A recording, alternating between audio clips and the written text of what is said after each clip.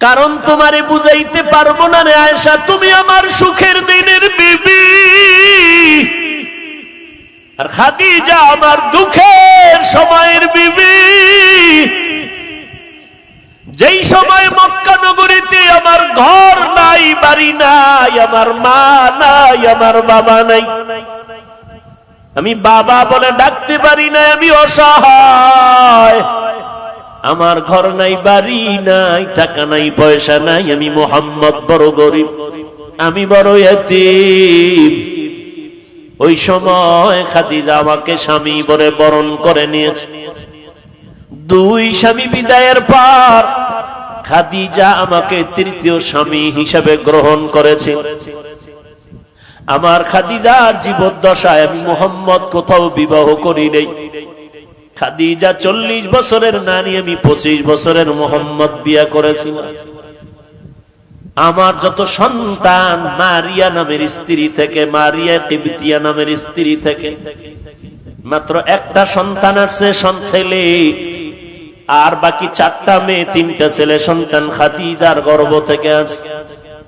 আমার কলিজার কন্যা ফাতেমা খাদিজার 4 নম্বরের সন্তান, ছোট কন্যা আমার। আমি দিনের দাওয়াত দিয়া মানুষের বাড়ি বাড়ি দৌড়াইতাম, আবার রাতের বেলা ঘরের দরওয়াজায় গিয়ে সালাম দিতাম, সাথে সাথে দরজা খুলতো, জিজ্ঞাসা করতাম, খাদিজা আপনি কি রাতের গভীরে ঘুমান না? বলে কসম আল্লাহর ঘুমাই। খাদিজা বলতে, আমি আপনার মা নাই, আপনার বাবা নাই, আমি 2টা স্বামী বিদায় করার পরে আপনাকে গ্রহণ করে নিয়েছি।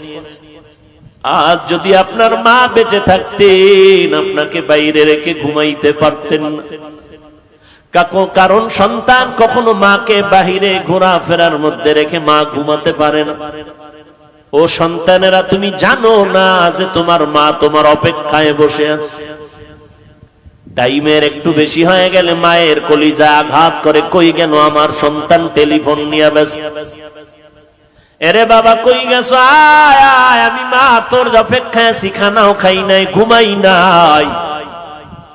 ওই খাদিজা আমাকে সান্ত্বনা দেয়, ও নবী, আপনি যতক্ষণ ঘরে আসেন না, আমি খাদিজার দরওয়াজার কিনারায় দাঁড়ায় অপেক্ষা করি, নবী আসবেন, আমি দরজা খুলবো, দেরি হলে নবী কষ্ট পাবেন। আমি ঘুমাই না রে নবী, আপনার অপেক্ষায় রাত্র কাটাই, স্বামীর অপেক্ষা করি আমি, নবী আমার কখন ঘরে আসবে। আয়েশা, তুমি জানো না মক্কার দূরে হেরা পাহাড়ের চূড়া বড় অনেক উঁচা, অনেক উঁচা। ওই হেরা পাহাড়ে আমি মুহাম্মদ, কোন সিঁড়ি নাই, দোকান নাই, একা একা যাইতাম, দুশ্মন জঙ্গল, পাথরওয়ালা পথ। আমি মুহাম্মদ ওই পাহাড়ের চূড়ায় উঠে নিচে একটা গর্তের মধ্যে ইবাদতে রাত কাটাইতাম, দিন কাটাইতাম, সপ্তাহে সপ্তাহ। ওই সময় মাঝে মাঝে দেখতাম আমার বিবি খাদিজা মহিলা মানুষ হইয়া, আমি স্বামীর মহব্বতে ওই পাহাড়, এত উঁচু পাহাড়, খাদিজা মহিলা ওই উঁচু পাহাড় বে বে বে বে উপরে উঠিয়া আমি মুহাম্মদের নাস্তা পৌঁছাইয়া দিত। ওই খাদিজার কথা মনে পড়লে আমি মুহাম্মদ সহ্য করতে পারি না রে আয়েশা। ওই খাদিজার কথা মনে আসলে চোখের পানি পড়তে থাকে। ও আয়েশা, আমার মুহাম্মদের জিন্দেগি বড় কঠিন জিন্দেগি। আমার বংশের লোকেরা আমারে মক্কায় থাকতে দেয় না। এক সময় আমাকে 2.5 বছর থেকে 3 বছর পর্যন্ত শিয়াবে আবু তালিবের মধ্যে গৃহবন্দী করে রেখেছি। আমি মুহাম্মদের পানি দেয় নাই, খানা দেয় নাই, পানির রাস্তা বন্ধ করে দিয়েছি।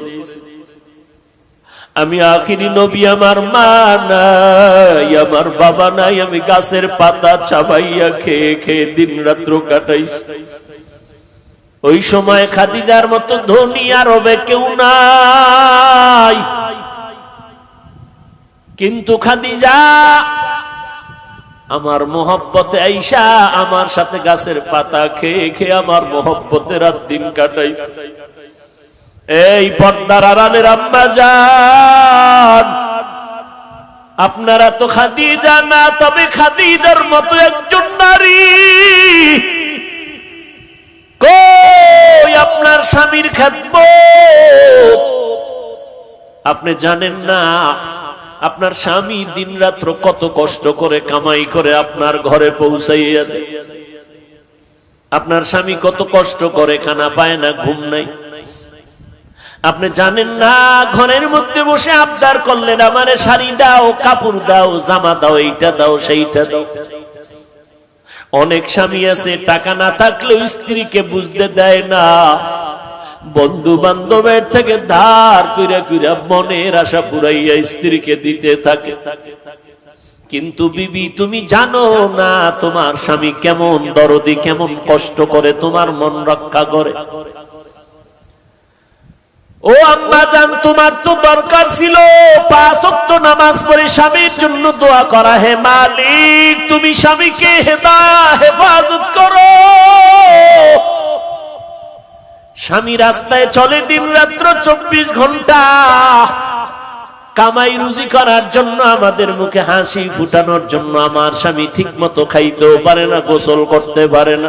তুমি আমার স্বামীরে হেফাজত করিও, স্বামীরে তুমি হালাল বরকতে রিজিক দান করিও।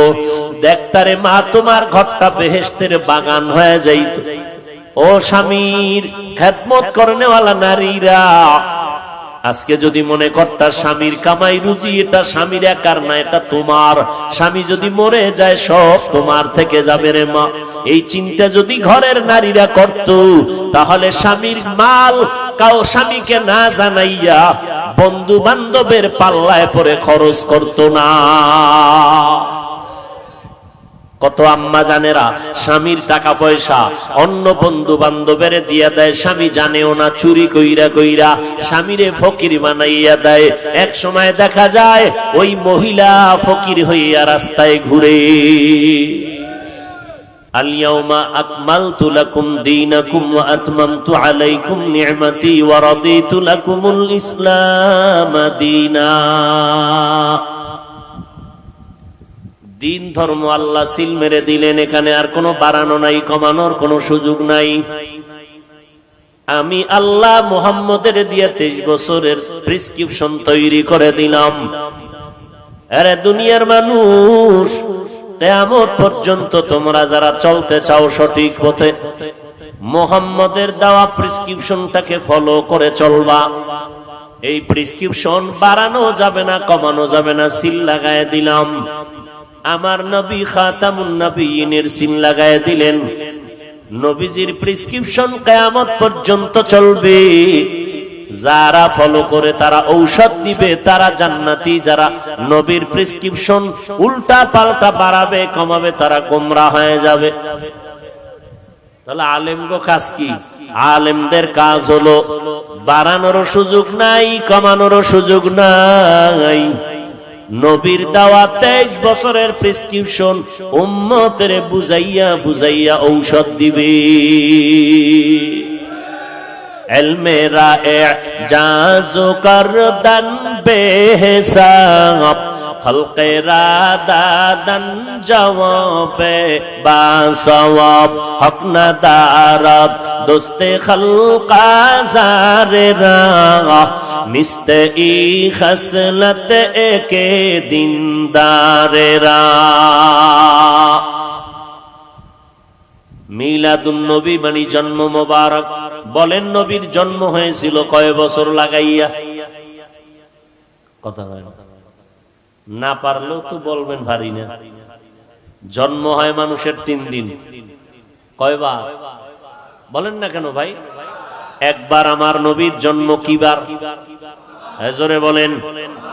আমার নবীর মিলাদুন নবী মাত্র একবার, সোমবার রবিউল আউয়ালে জন্ম হয়েছে একদিন। নবীর মিলাদ একদিন, আর সিরাতুন নবী হলো 63 বছর।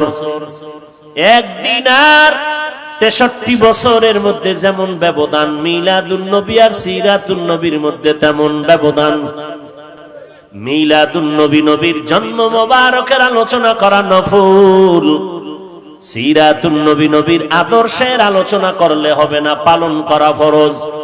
সিরাতুন নবী মানে কোরআন, নবীর সিরাতুন নবী হলো নামাজ, সিরাতুন নবীর অর্থ হলো রোজা রাখো, সিরাতুন নবী অর্থ হলো পর্দা করো। এগুলো নফল না ফরজ? নফলি আর ফরজের মধ্যে যেই ব্যবধান, মিলাদুন নবী আর সিরাতুন নবীর মধ্যে সেই ব্যবধান। মিলাদুন নবীর আলোচনা নফল, সিরাতুন নবীর আলোচনা হলো ফরজ। আলোচনা না পালন করা ফরজ। এরে নবীর আশিক, নবীজির সিরাতুন নবী, নবীর আদর্শ। আম্মা জান আয়েশা রাদিয়াল্লাহু আনহার দরবারে বড় বড় কয়েকজন সাহাবায়ে কেরাম প্রশ্ন করলেন, আম্মা জান আয়েশা, নবীজির আদর্শ সম্পর্কে আমাদের বয়ান করেন। আম্মা জান আয়েশা রাদিয়াল্লাহু আনহা 6 বছরে নবীর সাথে বিয়া, 9 বছরে নবীর ঘরে আসলেন। 18 বছর যখন আম্মা জানের বয়স, তখন আমার নবী বিদায় নিয়ে গেলেন। হিসাবটা বুঝে থাকলে বলেন, নবীর সাথে ঘর করলেন কয় বছর? 10 বছর, মাত্র 9 বছর। এই 9 বছরে আম্মা জান নবীজির বরকত এতটাই পাইলেন, প্রায় 2000-এর উপরে হাদিস আম্মা জান মুখস্থ করে ফেললেন। সাহাবায়ে কেরামদের মধ্যে বড় বড় বড় বড় ইলমওয়ালা যারা, কঠিন কোন সমস্যায় যদি পড়ে যাইতেন, সমাধানের জন্য আম্মা জান আয়েশার দরবারে যাইতেন। আম্মা জান আয়েশা এমন সমাধান দিতেন, সাহাবায়ে কেরামদের মাঝে কোনো বিরোধ আর থাকতো না। আম্মা জান আয়েশা রাদিয়াল্লাহু আনহাকে উল্লেখযোগ্য সাহাবায়ে কেরাম প্রশ্ন করলেন, আম্মা জান নবীর আদর্শের বয়ান করেন। আম্মা জান উল্টা প্রশ্ন করলেন, আফাতাকরাউনাল কুরআন, সাহাবায়ে কেরাম আপনারা কি কোরআন তেলাওয়াত করেন না? ক্বালু বালা, তারা বললেন হ্যাঁ আমরা কোরআন তেলাওয়াত করি। আম্মা জান আয়েশা রাদিয়াল্লাহু আনহা বললেন, কানা খুলুকুহুল কুরআন, কোরআন শরীফ যা মুহাম্মদের আদর্শই হলো তা। আরো জোরে বলেন সুবহানাল্লাহ। একবার সুবহানাল্লাহ বললেন, দাম আছে না নাই? জান্নাতের মধ্যে বিশাল একটা গাছ হয়ে গেল। এত বিশাল একটা ফলের গাছ, দ্রুতগামী বাহন যদি দৌড়ায় 500 বছর দৌড়াইয়াও গাছের ছায়া শেষ করতে পারবে না। গরতাওয়াকুল মিকুনি হার সবহশাম মেরা সানাদ রিজকে তু আজলা মাকাম। আল্লাহর উপরে ভরসা করে বান্দা চলো, আল্লাহই যথেষ্ট হয়ে যাবে, কোনো পেরেশানি নাই। আম্মা জান আয়েশা বললেন, নবীর আদর্শই হলো কোরআন। এজন্য মুফাসসিরিনে কেরাম বলেন, রব্বুল আলামিন জমিনের মধ্যে 2টা কোরআন নাজিল করেছেন। জোরে বলেন কয়টা? এক কোরআন হলো থিওরিক্যাল কোরআন, আর একটা কোরআন হলো প্র্যাকটিক্যাল কোরআন। থিওরিক্যাল কোরআন আমাদের হাতে এখনো আছে, প্র্যাকটিক্যাল কোরআন রবিউল আউয়ালে বিদায় নিয়েছে। রাহমাতুল লিল আলামিন প্র্যাকটিক্যাল কোরআন, আর আমরা যে কোরআন তেলাওয়াত করি এটা হলো থিওরিক্যাল কোরআন। আম্মা জান আয়েশা বললেন, নবীর আদর্শ যদি দেখতে চাও কোরআনের দিকে নজর দাও। কোরআন এমন দামি, আমার রাসূল তেমন দামি। আল্লাহ বলেন, কোরআন আমি যেমন হেফাজতের জিম্মাদারি নিয়েছি, আমার বন্ধু মুহাম্মদেরও আমি আল্লাহ জিম্মাদারি নিয়েছি হেফাজতের। ওয়াল্লাহু ইয়াসিমুকা মিনান নাস। আমার নবীর কোনো গুনাহ নাই, কোরআনের দিকে তাকাইলে যেমন সওয়াব, আমার নবী মুহাম্মদের দিকে তাকাইলেও বান্দা আমল নামায় সওয়াব, শুধু সওয়াব না, বান্দা নজর দিবি, এক সপ্তাহের ক্ষুধা নিবারণ হয়ে যাবে। আমার নবীর চেহারা এত সুন্দর। আম্মা জান আয়েশা রাদিয়াল্লাহু আনহা বলেন, ঘরের মধ্যে এশার নামাজের পরে আমি আয়েশা একটা সুই সুতা নিয়ে কাজ করতেছিলাম, হঠাৎ করে বাতির তেল শেষ হয়ে গেল, সুইটাও পড়ে গেল। তালাশ কোথায় করব, অন্ধকার। কামলেওয়ালা নবী আমার ঘরের মধ্যে প্রবেশ করলেন রাতের আধারে। মদিনাওয়ালা নবীর চেহারা মোবারকে আলোকিত হয়ে গেল আমার ঘর। আর নবীর চেহারার আলোতে আমি সুইটা দেখলাম খুঁটির গোড়ায় পড়ে আছে, আমি হাতে নিয়ে নিলাম। কেমন মায়ার নবী আমার, আমার নবী এত সুন্দর। সাহাবী বলেন, আমি পূর্ণিমা চাঁদের দিকে নজর দিলাম, আমার মায়ার নবীর চেহারা মোবারকের দিকে নজর দিলাম। নজর দিয়া তাকাইয়া দেখি আসমানের চাঁদের থেকে আমার নবীর চেহারা বড় উজ্জ্বল। ইমামুল আউয়ালিন আল আখিরিন বাহরে সাদকা রাহমাতাল লিল আলামিন সাইয়্যিদুল কাউনাইন খাতমুল মুরসালিন আখির আমদবুদ ফখরুল আউয়ালিন। ওই নবী দুনিয়াতে কি নিয়ে আসলেন আমাদের আলোচনার বিষয়। নবী জমিনে আসলেন কি নিয়া, আবার আমার নবী বিদায় নিলেন, রেখে গেলেন কি? এই দুই কথার দুটো জবাব। আমার নবী কি নিয়ে আসছেন? আল্লাহ কোরআনের মধ্যে বলতেছেন, লাকাদ কানা লাকুম ফি রাসূলিল্লাহি উসওয়াতুন হাসানাহ। ও দুনিয়ার মুমিনের দল, তোমাদের জন্য মুহাম্মাদের মধ্যে রয়েছে উত্তম আদর্শ। তাহলে নবী কি নিয়ে আসলেন? উত্তম। জোরে বলেন। নবী দুনিয়াতে আসলেন উত্তম আদর্শ নিয়া। আবার দুইটা জিনিস আমার নবী রেখে বিদায় নিয়ে চলে গেলেন। দুই জিনিস রেখে গেলেন, একটার নাম কোরআন আর একটার নাম হলো সুন্নাত। প্রথমটার নাম কি? জোরে বলেন। দ্বিতীয়টার নাম আরো জোরে বলেন। নবী কোরআন আর হাদিস কেন বলেন নাই? আমার নবী কেন কোরআন আর সুন্নতের কথা বললেন? এর কয়েকটা জবাব। এক নাম্বার জবাব, কোরআন বললে হাদিস বলার কোনো প্রয়োজন হয় না কেন? বলে কোরআন বুঝার জন্য লাগবে হাদিস, কারণ কোরআন হলো, কোরআনের ব্যাখ্যাই হলো হাদিস। দুই নাম্বার জবাব, লক্ষ লক্ষ নবীর হাদিস দুনিয়ার মানুষ কোনদিন একত্রে এক টেবিলে জমাও করতে পারবে না, আমলও করতে পারবে না। কথা বুঝেননি?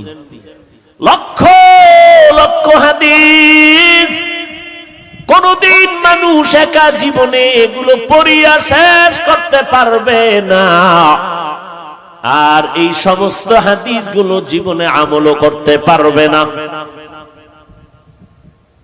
তা আমল কি করবে? কয় আমল করবা সুন্নত, হাদিসের আমল না, সুন্নতের আমল করবা।